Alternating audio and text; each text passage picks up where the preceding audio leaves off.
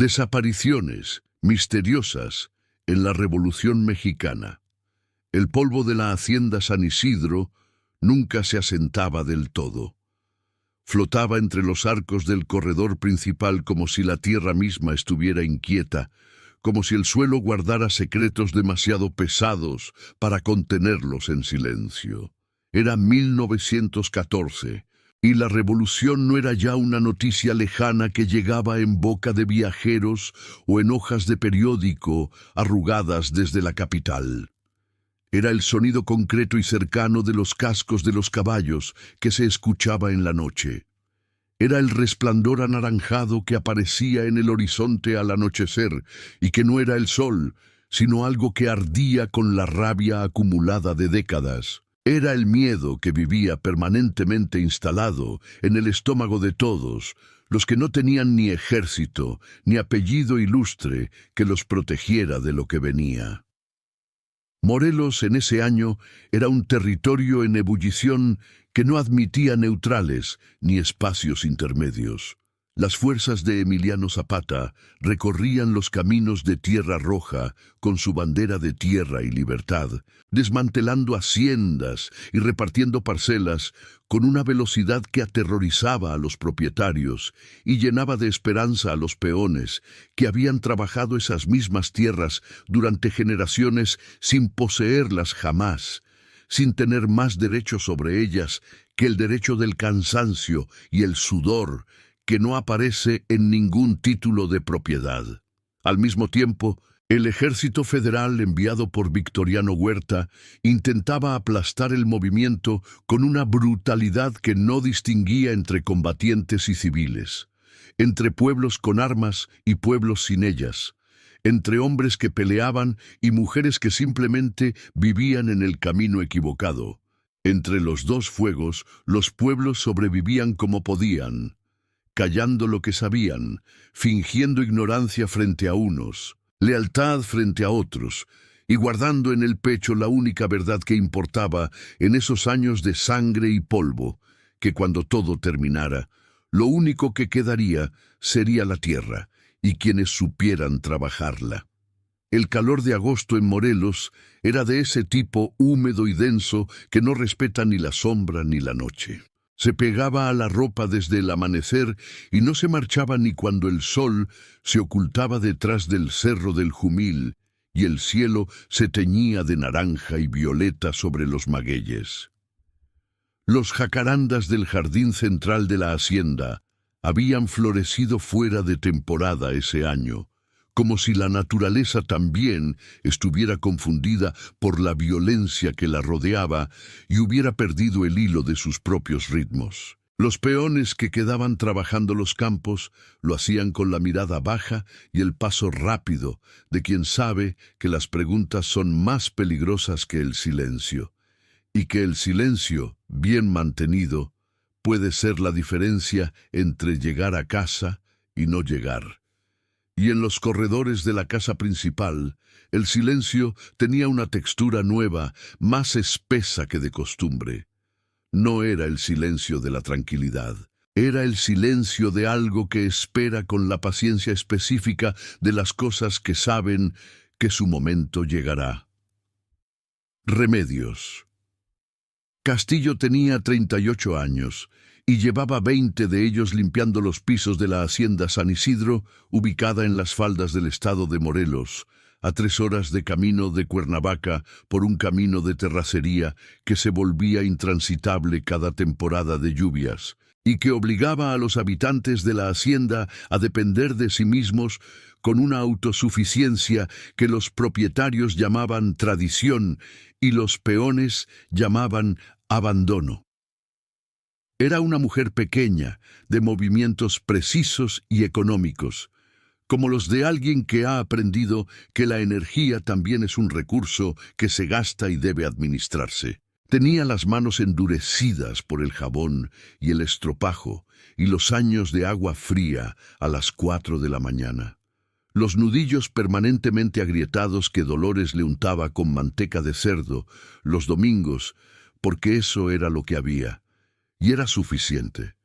y los ojos oscuros y atentos de quien ha aprendido durante décadas a observar sin que nadie note que está mirando.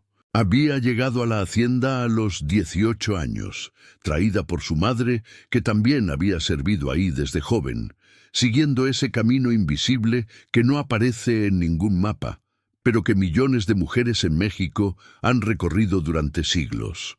De la casa de los padres a la casa de los patrones, con una parada tan breve en la propia que a veces parece que no existió. Desde entonces, había visto pasar 3 generaciones de la familia Villanueva por esas habitaciones de techos altos, pisos de cantera labrada con el desgaste de décadas de pisadas, y ventanas con celosías de hierro forjado que crujían en las tormentas de verano con un sonido metálico que Remedios había aprendido a distinguir del sonido de los portones cuando llegaba alguien a la hacienda. De niña, Remedios nunca pensó que su vida estaría ligada para siempre a una hacienda como San Isidro. Había nacido en un jacal de techo de lámina en las afueras de Santa Catalina, tan cerca del campo que el polvo entraba por las rendijas de la puerta y se metía en la comida, en la ropa, en los sueños. Su padre, Julián Castillo, era peón acasillado de otra hacienda, más pequeña y más pobre, donde el patrón cambiaba de capricho más seguido que de camisa. Su madre, Tomasa, lavaba ropa para familias del pueblo y, cuando había trabajo, para las señoras de misa de la cabecera municipal. Desde muy chica, Remedios entendió 2 cosas: que la tierra daba la vida y la quitaba, y que los pobres siempre sabían más de la vida de los ricos que al revés. A los 8 años, acompañaba a su madre al río con los botes de ropa sucia sobre la cabeza. Mientras Tomasa tallaba las prendas sobre las piedras, escuchaban las conversaciones de las otras mujeres, rumores sobre los patrones, noticias de hijos que se habían ido a la revolución, historias de soldados que tomaban pueblos enteros y no dejaban ni un gallo vivo. Remedios no entendía todo, pero almacenaba cada palabra como si fueran semillas. No sabía leer el papel, pero ya empezaba a leer a la gente. El cambio llegó cuando cumplió 17 años. Una sequía terrible arruinó las siembras del patrón de su padre y los peones empezaron a irse. Algunos se fueron con los zapatistas, otros huyeron a la ciudad a buscar trabajo en fábricas de las que solo se hablaba en susurros. Tomasa, que siempre había tenido un instinto especial para oler el peligro antes de que llegara, decidió adelantarse. «En esta hacienda nos van a exprimir hasta que no quede nada», le dijo a Remedios una noche mientras cerraban la puerta de lámina atándola con un mecate. «Pero en San Isidro todavía hay comida, trabajo y techo. No es el cielo, pero es mejor que morirse aquí esperando milagros que nunca llegan». Tomasa había oído que en la hacienda San Isidro buscaban muchachas para el servicio. Un primo lejano que había trabajado como arriero le habló de los Villanueva. Gente dura pero organizada. Patrones que mientras el trabajo se hiciera, no metían la mano en la casa de los peones más de lo necesario. Esa misma semana, Tomasa y Remedios caminaron durante horas hasta las puertas grandes de hierro de la hacienda. La madre habló, la hija observó. Don Rodrigo no se dignó a salir. Fue el mayordomo quien las recibió. Las midió con la mirada y decidió que una mujer que no temía caminar bajo el sol con una hija a cuestas, tampoco le iba a temer al trapeador ni al jabón. La primera noche que durmió en el cuarto de servicio del fondo del corredor, Remedios sintió una mezcla extraña de alivio y encierro. Las paredes eran sólidas, el techo no goteaba, y por primera vez en su vida no se despertó con miedo de que el viento se llevara el techo, pero también supo que había cruzado una puerta invisible. Ya no era solo hija de peones, ahora era la muchacha de la hacienda. La casa, con sus pisos brillantes y sus retratos de señores de bigote enmarcados en oro, le dejó claro desde el principio cuál era su lugar.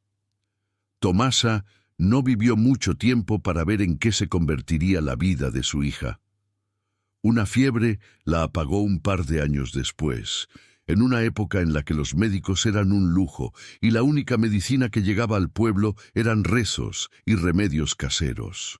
Remedios. De repente, sola en el mundo, encontró en la hacienda lo más parecido a una estructura estable que podía conocer.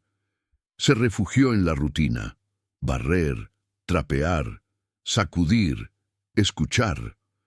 Cada cuarto que limpiaba le revelaba algo. Cada conversación que flotaba desde los corredores hacia la cocina era un fragmento más del rompecabezas que formaba el mundo de los patrones. Fue en esos años, antes de que la palabra revolución empezara a sonar tan cerca, cuando Remedios desarrolló la habilidad que la acompañaría hasta el final de su vida: la capacidad de ver sin ser vista, de estar en todas partes sin que nadie la contara, de entender que la información era lo único que los pobres podían tener en mayor cantidad que los ricos. Mientras los Villanueva se movían por la casa como si todo les perteneciera, ella se movía con la certeza silenciosa de que algún día saber cómo funcionaba cada rincón de ese lugar podría significar la diferencia entre la vida y la muerte.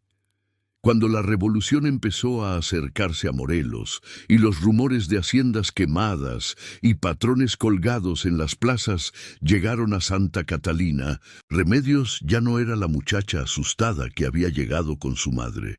Era una mujer de carácter afilado por el trabajo y el dolor, con la mirada firme de quien ya había entendido que el mundo no iba a ser justo con los suyos, y que si quería que algo cambiara, tendría que cambiar ella primero la forma de estar en ese mundo. Conocía cada rincón de esa casa con la intimidad silenciosa y total de quien la ha limpiado miles de veces en todas las estaciones y todas las condiciones.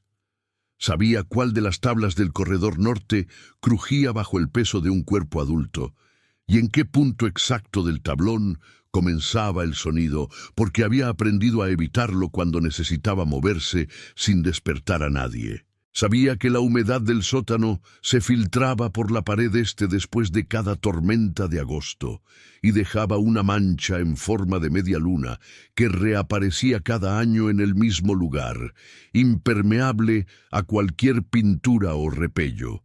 Sabía qué cajones del escritorio de don Rodrigo cerraban mal y cuáles cerraban con esa solidez específica que indica que algo adentro vale la pena proteger. Conocía el olor de cada habitación en cada estación del año, la temperatura exacta del agua que subía por la tubería de la cocina en enero, el sonido diferente que hacía el viento al atravesar el corredor sur cuando anunciaba lluvia dentro de 6 horas.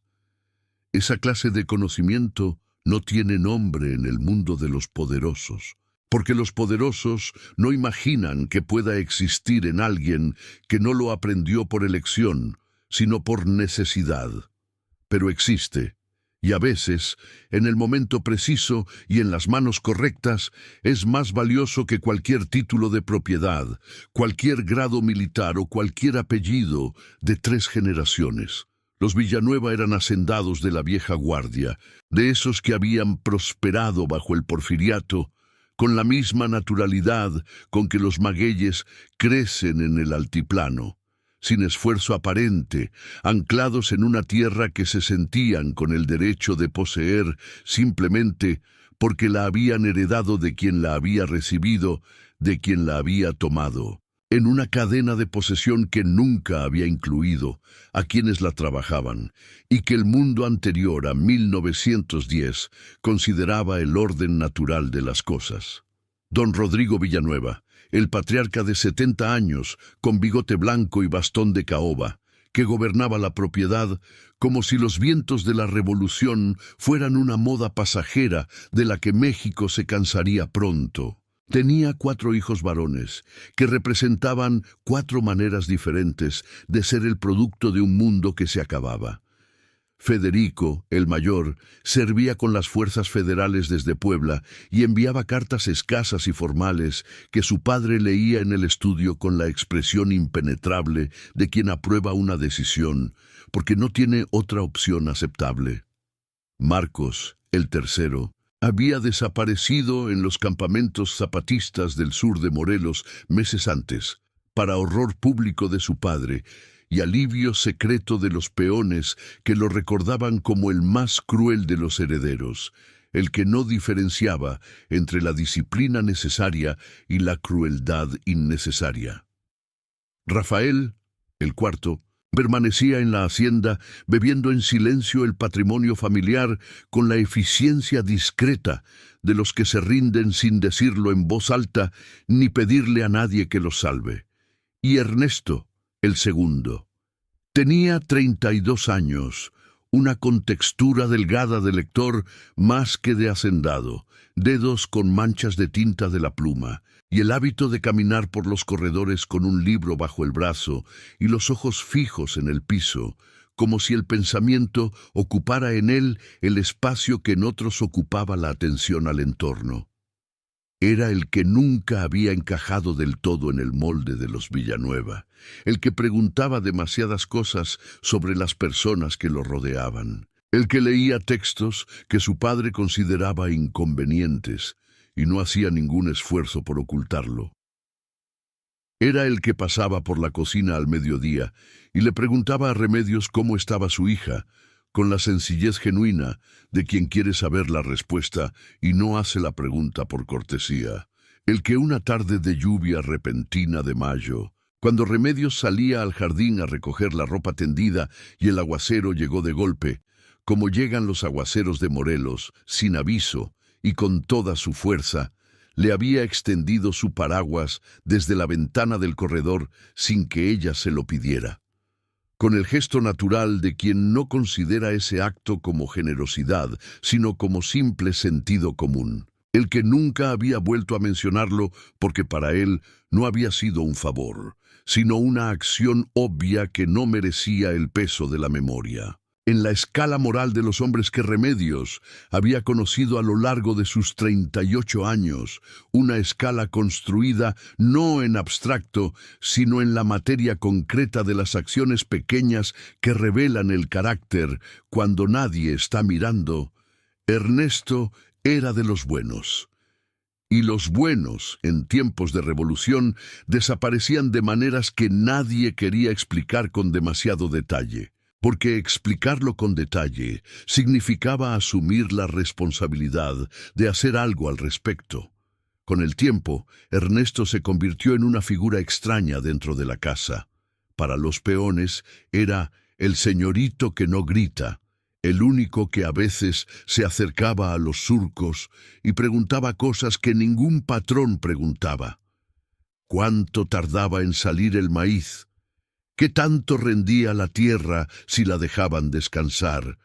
¿Cuánto ganaban de verdad por jornal? A algunos les caía bien, a otros les daba desconfianza porque en tiempos revueltos la curiosidad de los de arriba podía ser tan peligrosa como su desprecio. A Remedios le tomó años entender que aquel joven que se quedaba leyendo en el estudio hasta que las velas se consumían no era solo un hijo de hacendado aburrido. Había noches en que ella pasaba con el trapeador por el corredor y lo escuchaba leer en voz alta fragmentos de periódicos traídos de la capital, artículos sobre Francisco I. Madero, sobre huelgas en fábricas, sobre campesinos que reclamaban tierras. La voz de Ernesto cambiaba cuando leía esas cosas. Se volvía más firme, más grave, como si al pronunciar palabras que hablaban de justicia, algo dentro de él se alineara con un rumbo que ni él mismo terminaba de ver. La relación con su padre se fue agriando poco a poco, como leche olvidada al sol. Don Rodrigo había sido educado en la idea de que la tierra era una extensión natural de su apellido, y que los hombres que la trabajaban eran parte del paisaje, como los árboles y las piedras. Para él, los peones eran necesarios pero prescindibles. Los hijos, en cambio, eran la garantía de que todo seguiría igual cuando él muriera. Ver a Ernesto pasar más tiempo entre libros que entre cuentas, más tiempo hablando con Jacinto o con los peones que con los administradores, era una falta que el viejo no estaba dispuesto a tolerar. Hubo una escena que Remedios jamás olvidó. Fue una tarde de diciembre, 2 años antes de la desaparición. El frío se colaba por las rendijas de las ventanas y el olor a leña quemada envolvía toda la casa.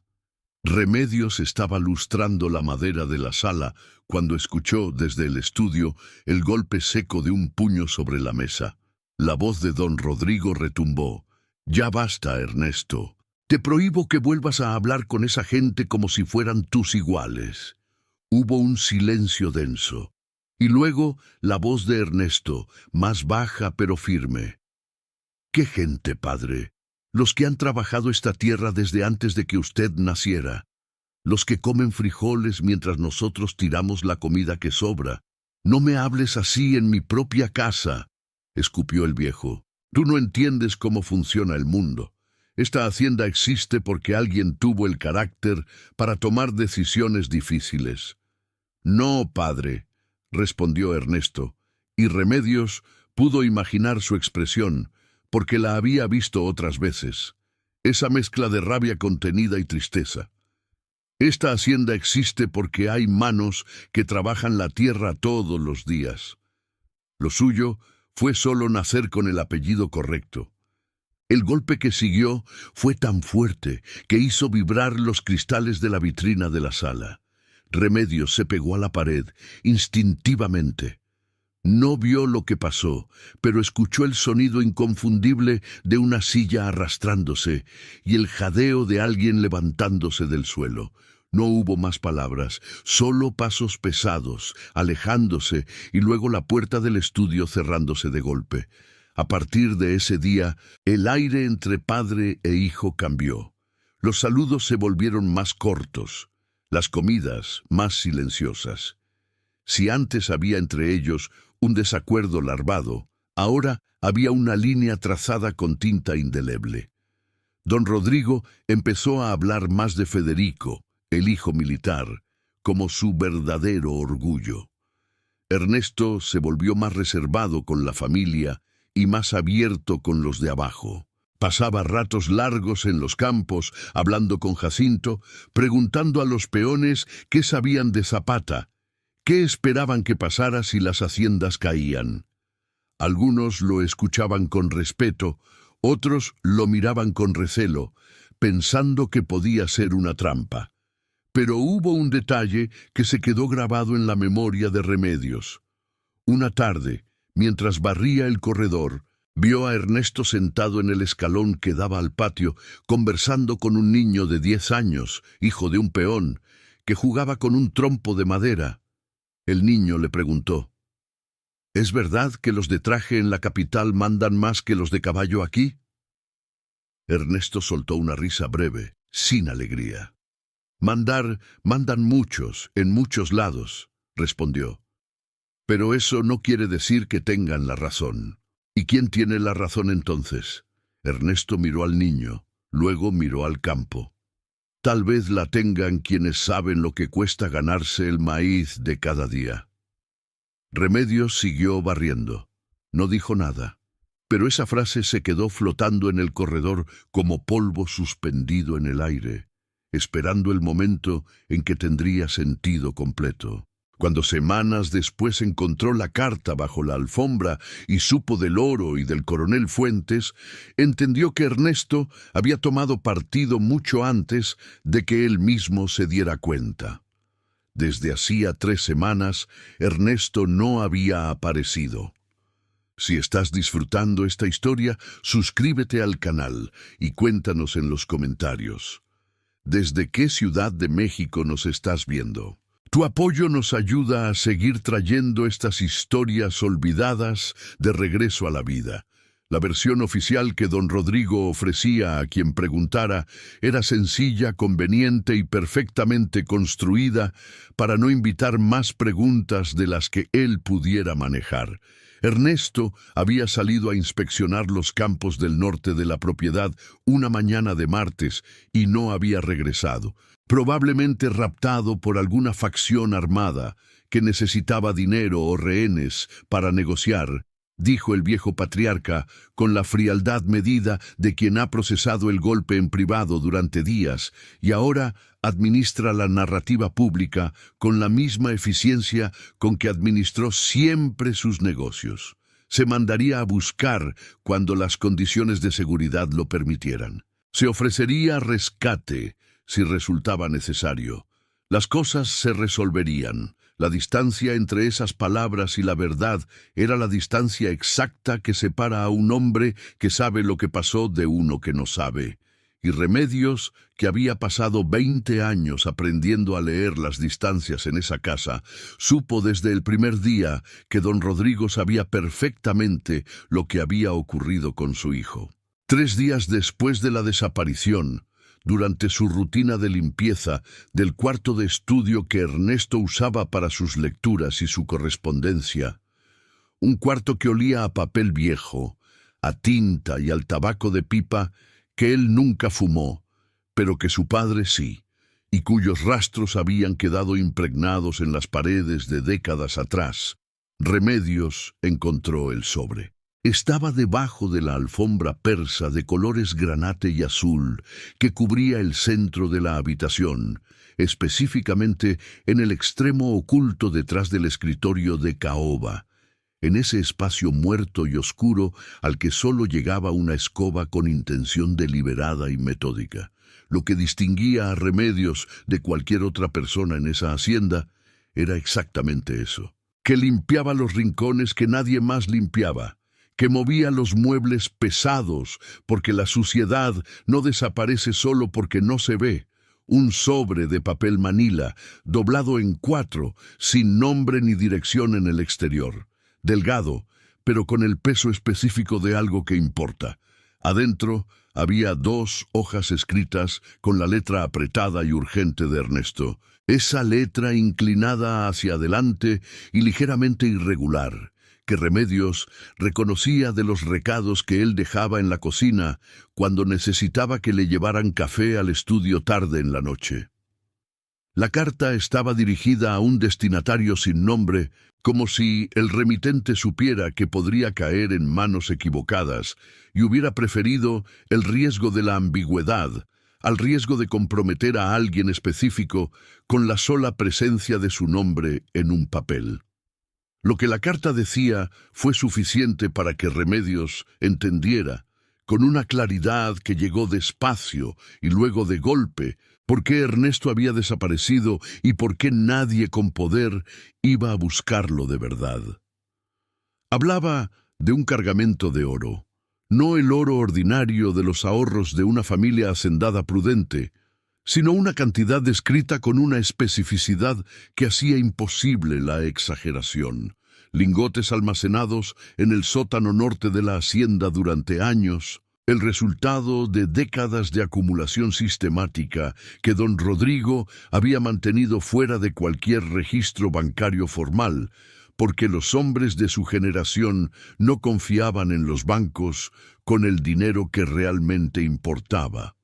Una fortuna en metal que no aparecía en ningún papel, pero existía con todo el peso físico de lo real, guardada en cajones de madera de cedro detrás de una pared falsa que Remedios conocía porque la había limpiado, aunque nunca había preguntado qué había detrás. Ernesto había descubierto el acuerdo al revisar los libros de contabilidad que su padre había dejado abiertos sobre el escritorio una tarde, confiado en que nadie más en la familia prestaba suficiente atención a los números para descifrar lo que significaban. Un error del tipo que solo cometen los hombres que llevan demasiado tiempo sin ser cuestionados por nadie y han olvidado que el descuido tiene consecuencias. El acuerdo era este.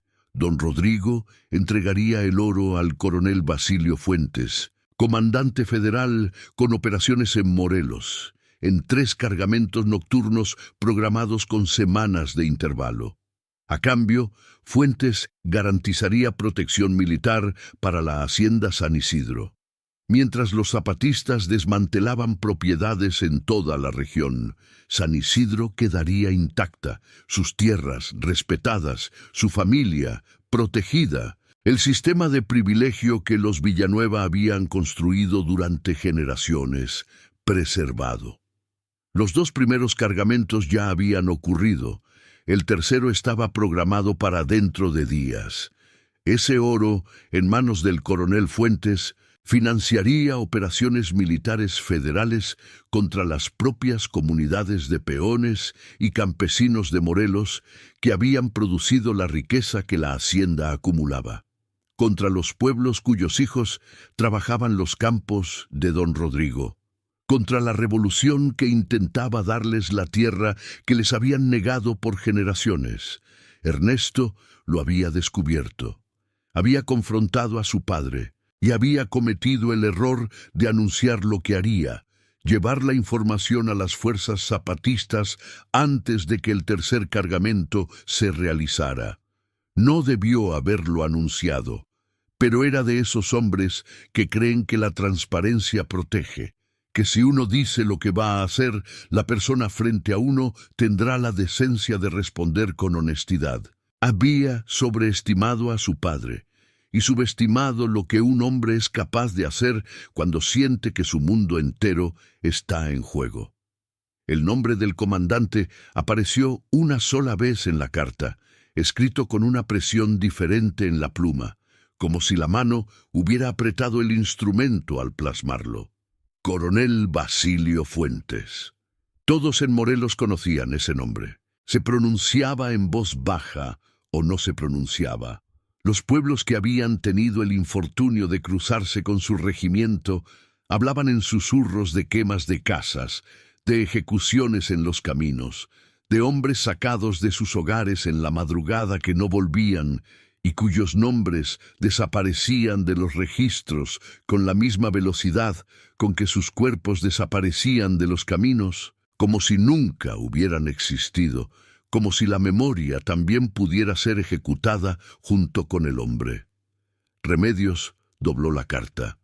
La guardó en el fondo del bolsillo interior de su delantal, contra la tela del cuerpo, donde nadie la encontraría a menos que buscara específicamente ahí. Volvió a colocar la alfombra persa exactamente como estaba, asegurándose de que las franjas del borde quedaran alineadas con las marcas que los años habían dejado en el piso de cantera. Terminó de limpiar el cuarto, recogió su cubeta, salió cerrando la puerta sin hacer ruido. Caminó por el corredor con el paso regular de siempre, cruzó el patio central, donde las bugambilias rojas del verano ardían contra la pared de cal blanca. Entró a la alacena a buscar más jabón para la tarde. Solo cuando estuvo sola en ese espacio pequeño y oscuro que olía a limón y a cloro y a los años de trabajo acumulados en sus paredes, se permitió apoyar la espalda contra el muro frío y respirar despacio durante 1 minuto completo con los ojos cerrados.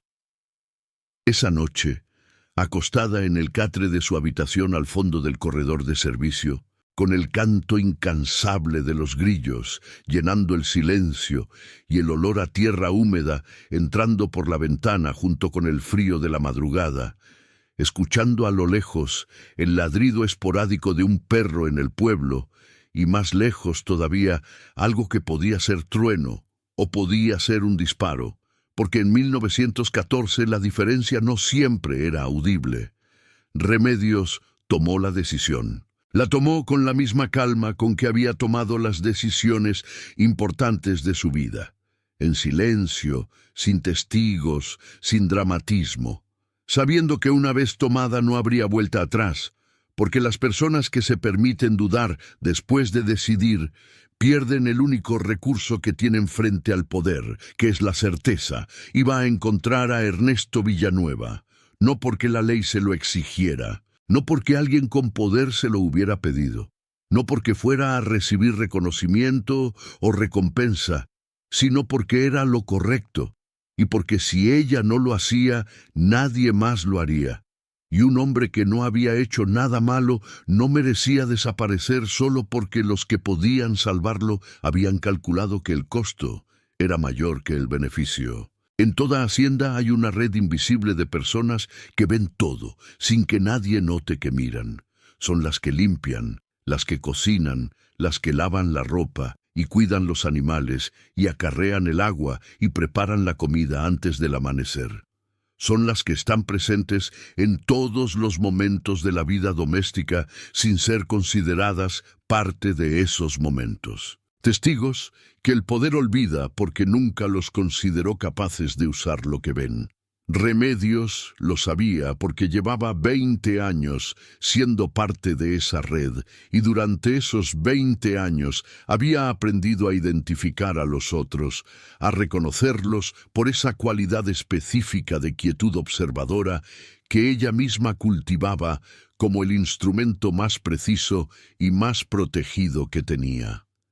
Estaba Jacinto, el mozo de cuadra de 55 años, nacido en el pueblo de Santa Catalina, a 2 kilómetros de la hacienda, que conocía cada camino de tierra, cada cañada, cada arroyo y cada recodo en un radio de 20 kilómetros, con la precisión del que los ha recorrido en todas las condiciones posibles de luz y oscuridad, lluvia y sequía, calma y urgencia. Era un hombre de pocas palabras y movimientos lentos, que ocultaban una atención absoluta al mundo que lo rodeaba.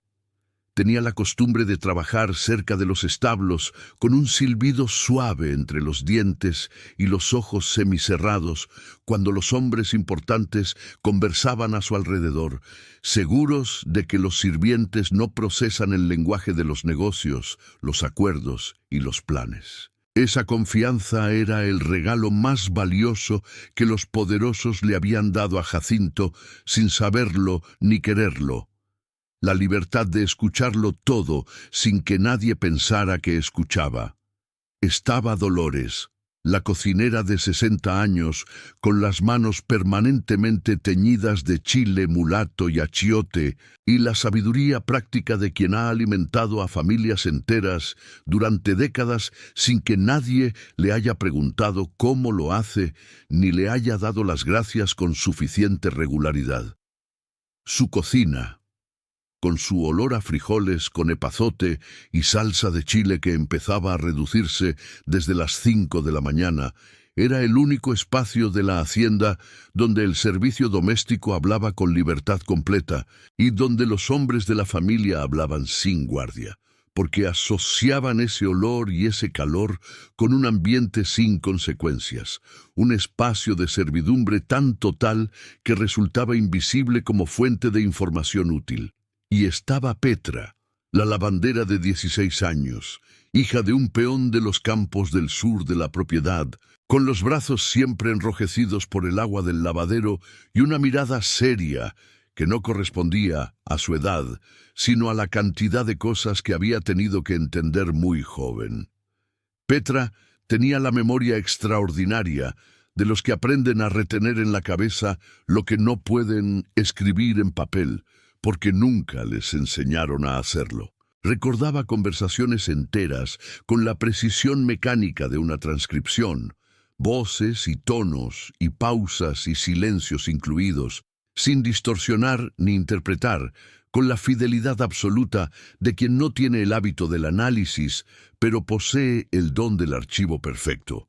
Remedios fue con cada uno de ellos por separado, en los espacios pequeños de la rutina diaria, donde la observación de los poderosos no llegaba. Con Jacinto, en el establo oscuro a las 6 de la mañana, mientras él cepillaba los caballos y el olor a paja, estiércol y cuero, creaba esa intimidad específica de las conversaciones que no quieren ser escuchadas.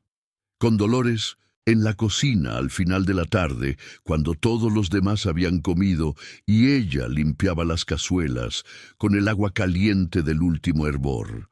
Con Petra, en el lavadero de piedra del jardín trasero, con el sonido del agua corriendo como cobertura natural de las palabras.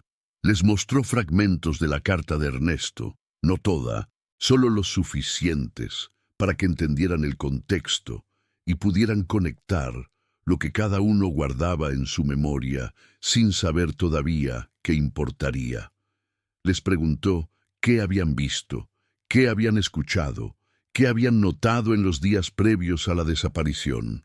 Los escuchó con la misma atención meticulosa con que había aprendido a leer La suciedad de los rincones, buscando lo que otros no considerarían relevante, pero que en el contexto correcto se volvía la pieza que completaba el rompecabezas. Jacinto habló en voz baja, con los ojos en el suelo del establo y los dedos siguiendo el trabajo del cepillo sobre el lomo del caballo, como si la conversación fuera secundaria al trabajo. La noche antes de que Ernesto desapareciera, 3 hombres a caballo habían llegado a la hacienda por el camino trasero, el de los proveedores y los peones, no el camino principal que usaban los visitantes de categoría. Habían llegado tarde, con la luna ya alta, y se habían marchado antes del primer gallo. Jacinto no había visto sus rostros, la oscuridad y el instinto de mantenerse invisible, cuando algo huele a peligro, le impidieron acercarse. Pero sí había visto sus caballos con la atención total de quien pasa su vida entre animales y sabe que cada caballo cuenta una historia sobre su dueño. Los cascos estaban herrados con un modelo particular. Una herradura de bordes rectos, con una muesca característica en el talón izquierdo del casco trasero. Jacinto la reconoció sin dudar porque conocía al herrero que usaba ese modelo, un hombre que trabajaba en Yecapixtla, primo del coronel Basilio Fuentes, que herraba exclusivamente para el regimiento federal. Era una marca que en Morelos solo podía significar una cosa. Dolores aportó algo de diferente naturaleza pero igual peso. 2 días antes de la desaparición, mientras reducía la salsa para el almuerzo con el fuego bajo y la cuchara moviéndose en círculos lentos, había escuchado una discusión en el corredor que comunicaba la sala con el comedor. Las palabras llegaban amortiguadas, pero con esa claridad selectiva que tienen los sonidos importantes cuando uno ha aprendido a filtrar el ruido de fondo durante décadas. La voz de Ernesto, tensa y contenida como la cuerda de un instrumento a punto de romperse, había dicho una frase que Dolores guardó con la fidelidad de quien sabe que esas palabras van a importar aunque todavía no sepa para qué. Si entregas ese oro, padre, estás pagando para que maten a miles de personas que podrían ser los mismos peones que trabajan tus tierras. No me pidas que me quede callado frente a eso. Y luego la voz de don Rodrigo, más baja, más fría, con el filo específico de la autoridad que no está acostumbrada a ser desafiada. Lo que tú hagas o dejes de hacer, Ernesto, no va a cambiar lo que ya está decidido. Ya es demasiado tarde para cambiar nada. Petra recordó algo más pequeño en apariencia, pero igualmente preciso. La mañana del día en que Ernesto desapareció, al recoger la ropa sucia de los cuartos del piso principal, había encontrado en el cesto de don Rodrigo una camisa de trabajo de algodón burdo, del tipo que el viejo usaba solo para supervisar faenas pesadas, con manchas de barro en los puños y en el cuello. No el barro oscuro y arcilloso de los jardines interiores que Petra conocía bien y había lavado cientos de veces. Era un barro de color rojo ladrillo, granular, con una textura que ella reconocía porque había crecido cerca de él. El barro de las orillas del arroyo que corría detrás de los terrenos del norte de la propiedad, en la zona alejada donde estaban las ruinas de la capilla abandonada que nadie visitaba desde hacía décadas. Remedios reunió las 3 piezas en su cabeza con la meticulosidad silenciosa de siempre. Las herraduras del regimiento de Fuentes, las palabras de la discusión que Dolores guardó sin saber que guardaría, el barro rojo del norte en la ropa de don Rodrigo. Las organizó, las conectó, las puso en la secuencia que tenía sentido. Supo a dónde tenía que ir.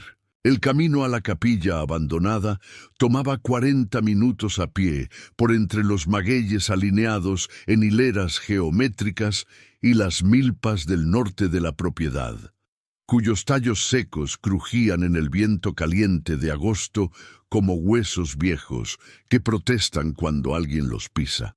Remedios lo hizo al día siguiente, antes de que el sol terminara de subir, con el pretexto de ir a recoger hierba santa y epazote para Dolores.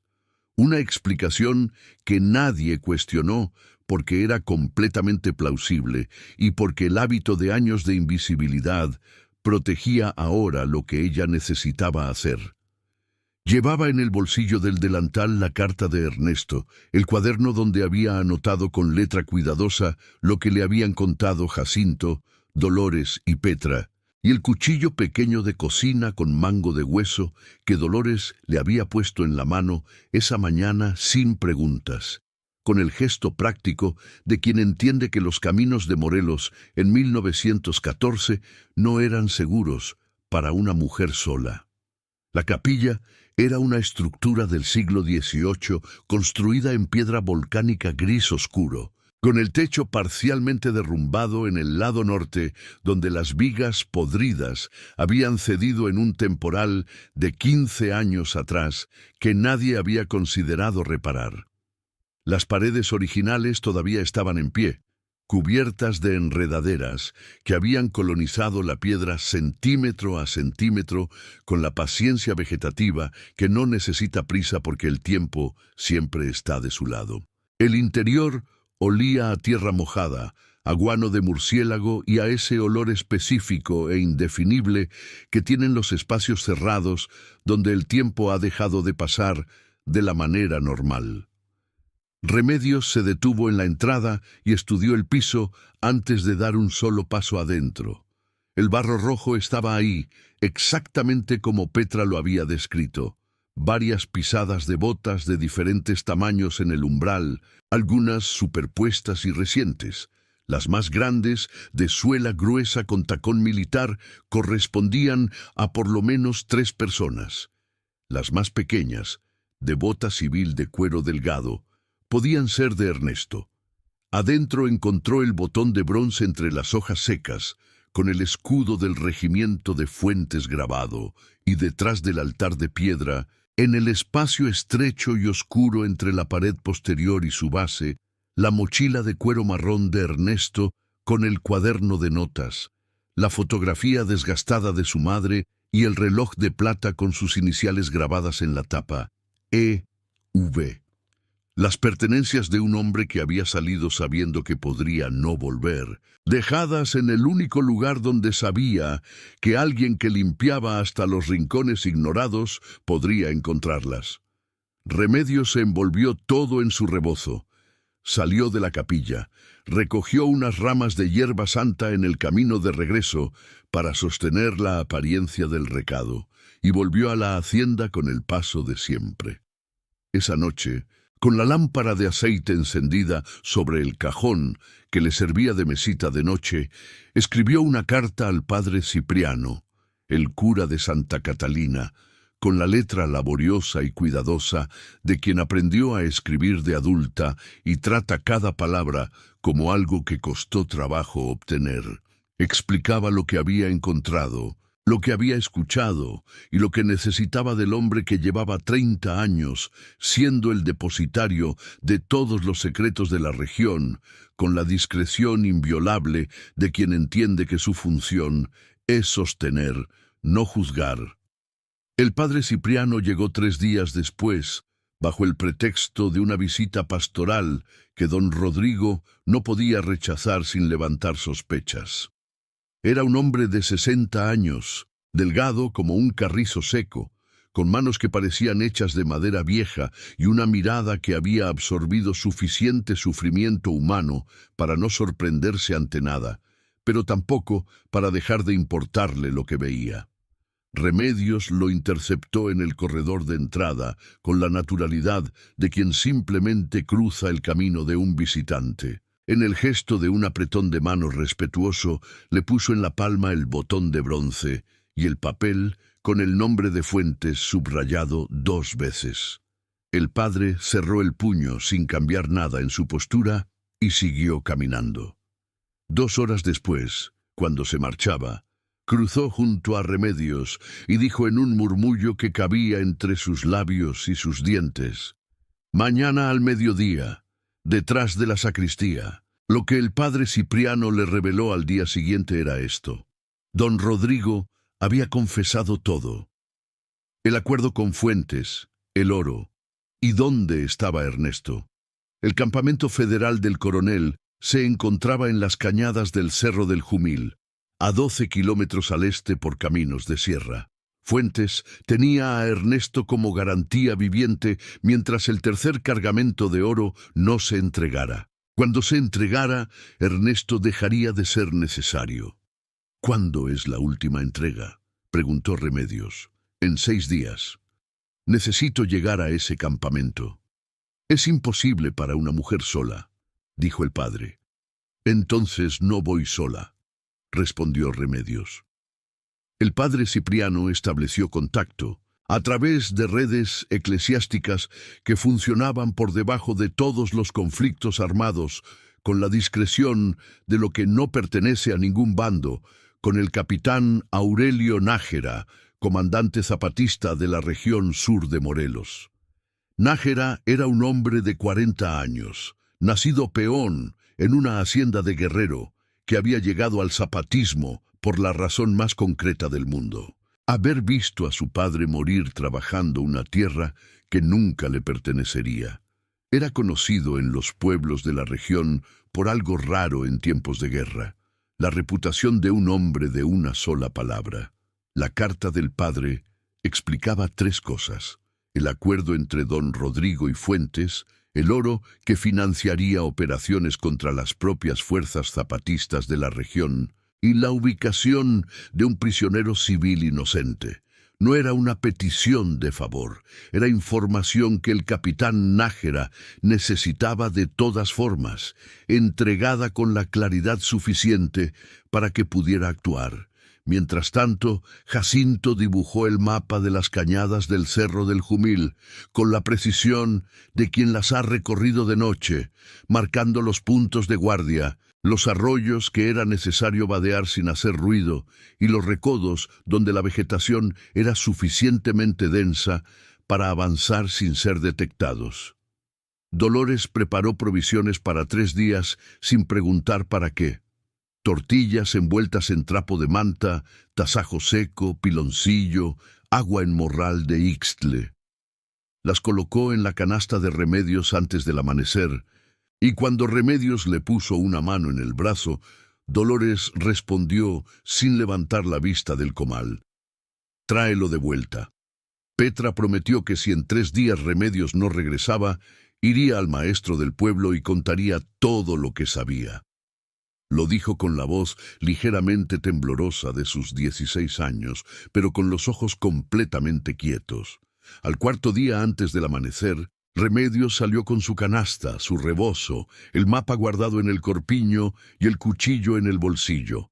La acompañaban el padre Cipriano y Jacinto. El camino tomó 4 horas en la oscuridad: 2 arroyos vadeados con el agua a la rodilla, una ladera de piedra suelta que requería las 4 extremidades y el silencio absoluto de quien sabe que el ruido tiene consecuencias. Llegaron al borde del cerro cuando el cielo empezaba a tornarse del gris pálido que precede la luz. Jacinto señaló el humo.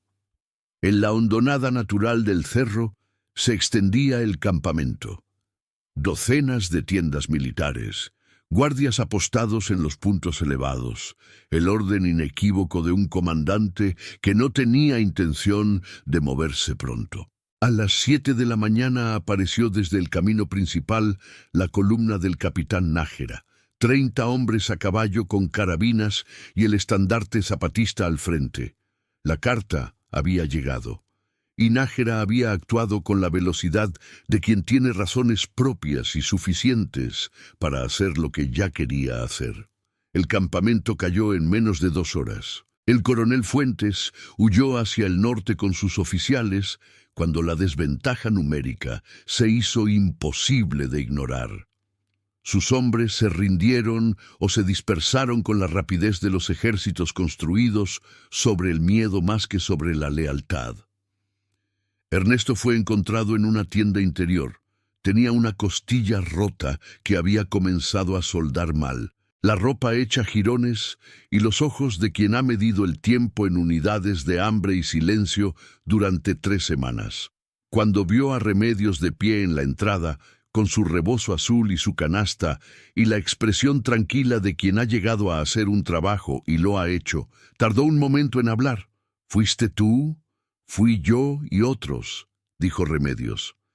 Solo que a los otros tampoco los veía nadie. Con Ernesto encontraron 4 hombres más, cuyos nombres no habían aparecido en ningún parte oficial, absorbidos por el ruido de una revolución que producía desapariciones todos los días sin que nadie tuviera los recursos ni la voluntad de contarlas todas.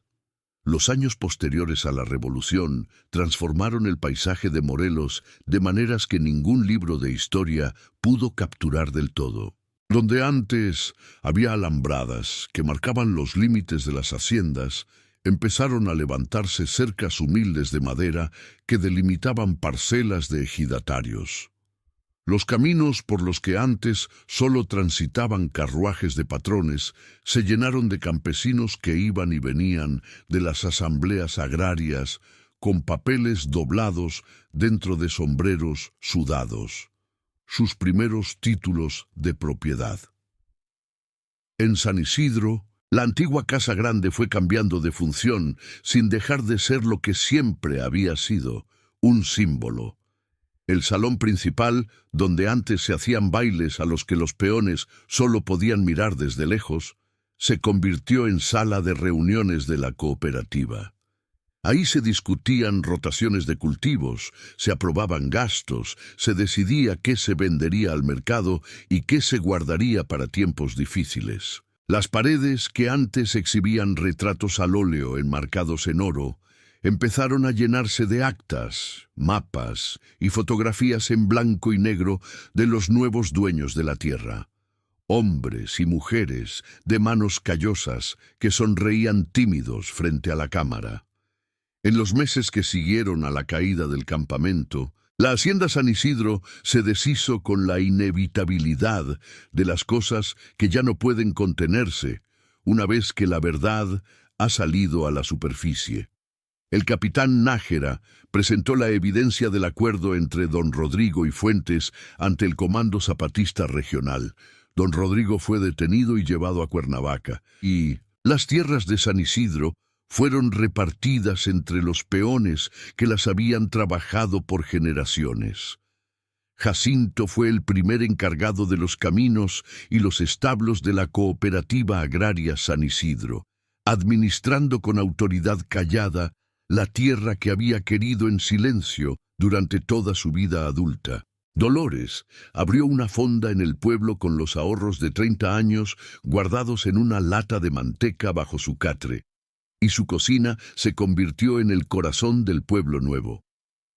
Petra aprendió a leer con el padre Cipriano los miércoles por la tarde, y 5 años después enseñaba en la escuela rural, construida en los terrenos donde antes estaban los almacenes del viejo Villanueva, con niños sentados en bancas que sus propios padres habían construido. Remedios, sentada muchas veces al fondo de esa sala, con un cuaderno de cuentas en la mano, se sorprendía a sí misma, recordando cómo había lustrado esos mismos pisos para que brillaran antes de los banquetes de los Villanueva. Ahora eran las botas gastadas de los ejidatarios las que dejaban marcas de polvo sobre la cantera, y ella no se apuraba tanto en borrarlas. Eran, al fin y al cabo, huellas de algo ganado, no de algo impuesto. Ernesto se quedó en Morelos como maestro rural, recorriendo los pueblos del estado con libros en la mochila de cuero que Remedios le había devuelto con el reloj de plata adentro, sin mencionar nunca cómo había llegado a sus manos. No porque no quisiera dar crédito, sino porque Remedios se lo había pedido expresamente. y él había aprendido a respetar ese tipo de decisiones sin cuestionarlas. Remedios fue la primera administradora de la Cooperativa Agraria San Isidro, no porque alguien se lo ofreciera formalmente con título y ceremonia, sino porque cuando llegó el momento de organizar los documentos de la reforma agraria, los registros de tierras y los acuerdos con los municipios, resultó evidente para todos que la única persona que conocía esa hacienda con la profundidad necesaria para transformarla en cooperativa era la mujer que la había limpiado durante 20 años. Conocía cada campo, cada animal, cada costumbre de producción, cada acuerdo tácito que hacía funcionar ese organismo complejo. Lo sabía porque durante 2 décadas había sido invisible en ese espacio, y los invisibles aprenden todo lo que los visibles olvidan que existe, porque nunca tuvieron que aprenderlo para sobrevivir. Su hija Lucía creció en ese mundo nuevo. No conoció al patrón Rodrigo más que como una historia que se contaba en voz baja, ni a los capataces que cabalgaban con fusta en mano. Para ella, la hacienda siempre había sido la cooperativa.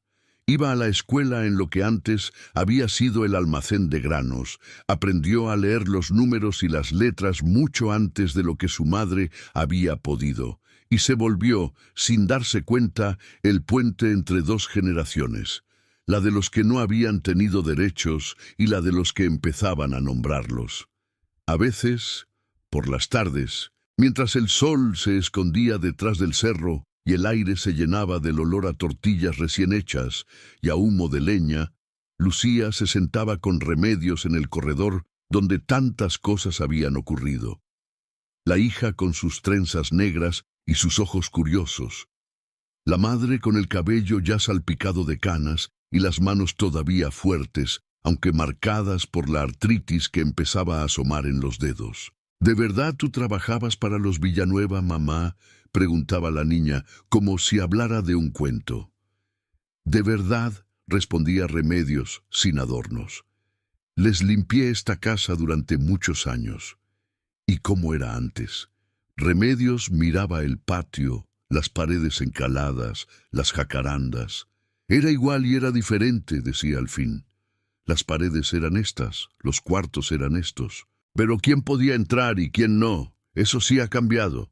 Antes yo podía limpiar el comedor, pero nunca sentarme a la mesa. Ahora tú y los hijos de los peones comen donde antes solo comían los patrones. Eso, niña, es más grande que cualquier historia que yo te pueda contar.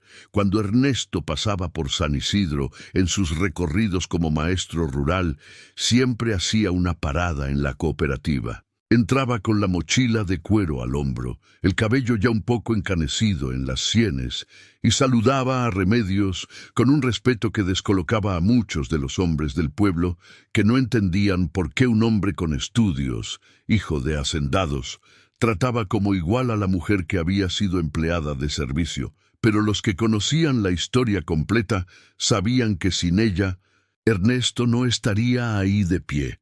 Una tarde, después de una reunión de la cooperativa, se quedaron solos en la antigua sala donde antes se hacían los bailes elegantes. El eco de las voces se había apagado y solo quedaba el ruido lejano de los niños jugando en el patio. Ernesto se acercó a la ventana desde donde se veía el campo recién sembrado. A veces pienso en cómo habría sido mi vida si me hubiera ido con Federico al ejército, dijo sin volverse. O si me hubiera quedado callado como Rafael, fingiendo que no veía lo que veía. ¿Y qué crees?, preguntó Remedios desde su silla. Ernesto se encogió de hombros. No sé, quizás estaría vivo también, pero este lugar no sería el mismo. Ni tú, añadió Remedios, ni yo, admitió él. Hubo un silencio cómodo, del tipo que solo existe entre personas que ya no necesitan llenar el aire de palabras para entenderse. ¿Te arrepientes de algo?, preguntó ella de pronto. Ernesto tardó en responder. Me arrepiento de no haber entendido antes el precio que otros pagaban para que yo tuviera esta casa, esta mesa, estos libros, dijo. y me arrepiento de no haberte dado las gracias el día que salí del campamento de Fuentes, no solo por haberme encontrado, sino por haber creído que mi vida valía el riesgo. Remedios sonrió de lado, con esa sonrisa que se le escapaba cuando algo la emocionaba, pero no quería que se notara demasiado. No lo hice solo por usted, señor Ernesto, respondió. Lo hice porque si dejábamos que lo desaparecieran a usted, entonces ya nadie estaría a salvo, ni los peones, ni los maestros, ni los curas, ni nadie, y eso no lo podía permitir. Años después, cuando Remedios ya no estaba y su nombre se mencionaba en las reuniones de la cooperativa como quien invoca un cimiento, Lucía recorrió los mismos corredores que su madre había limpiado. En una pared al fondo del salón principal, donde antes colgaba el retrato de don Rodrigo, alguien había clavado una fotografía en blanco y negro. Un grupo de hombres y mujeres de pie frente a los campos de San Isidro, el día en que recibieron los primeros títulos de propiedad. Entre ellos, casi al centro, estaba Remedios Castillo, con su rebozo sobre los hombros y esa mirada firme que parecía atravesar no solo la cámara, sino el tiempo. Lucía se detuvo frente a la imagen y se vio reflejada, de alguna manera, en esos ojos. Entendió quizá por primera vez que la historia de la Revolución Mexicana no eran solo los nombres que aparecían en los libros, ni las fechas de batallas famosas, ni las estatuas de caballos encabritados en las plazas. Eran también las decisiones silenciosas de personas como su madre, mujeres que nadie enseñó a leer la ley, pero que supieron leer la injusticia, mujeres que no tuvieron uniforme ni grado militar, pero que cambiaron el rumbo de una vida y con ello el de un pueblo entero. Y mientras el viento de la tarde movía suavemente las hojas de los jacarandas del patio, levantando un poco de polvo que bailaba en el aire dorado, Lucía pensó que si alguna vez sus hijos le preguntaran quién había sido la verdadera heroína de San Isidro, ella no dudaría ni un segundo en responder. Fue tu abuela Remedios, diría, la mujer que se negó a dejar que un hombre bueno desapareciera en la oscuridad.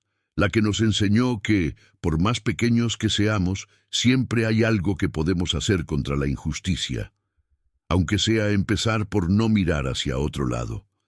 En 1920, un periodista del Demócrata que documentaba la reforma agraria en Morelos le preguntó a Remedios cómo había tenido el valor de hacer lo que hizo, sin armas, sin nombre, en medio de una revolución armada.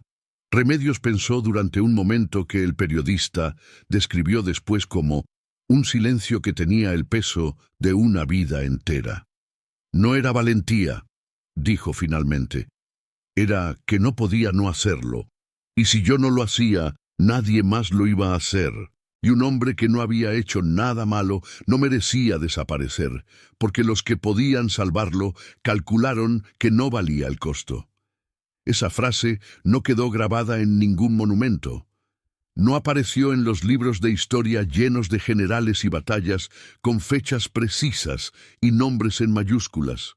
Pero en Santa Catalina, en los pueblos de Morelos, en los hijos y los nietos de quienes vivieron aquellos años, el nombre de Remedios Castillo se quedó. No como heroína de manual, sino como lo que realmente había sido. Una mujer que vio algo injusto, calculó lo que podía hacer con lo que tenía, y lo hizo sin pedir permiso a nadie y sin esperar que nadie se lo agradeciera. El polvo de la hacienda San Isidro siguió flotando en el aire durante años, incluso después de que los arcos del corredor se cubrieron de musgo y las celosías de hierro se oxidaron hasta volverse parte del paisaje natural del cerro. Pero ya no era el polvo inquieto de los secretos que no pueden descansar. Era simplemente polvo. El polvo ordinario y sin culpa de las cosas que han terminado y encontrado, al fin, su lugar.